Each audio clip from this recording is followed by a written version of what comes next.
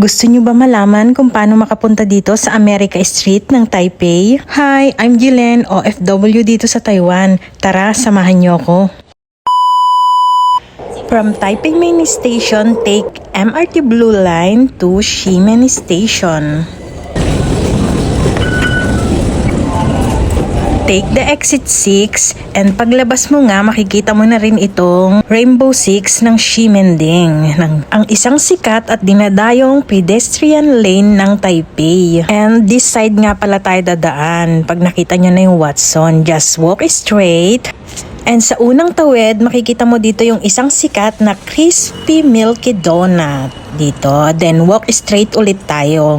Then yung second na tawid, makikita mo tong Starbucks. Then dito tayo sa Starbucks, liliko ng right. Then walk straight ulit. Just continue walk straight. And makikita mo naman yung malaki uling Poya. Ito yung pangatlong tawid.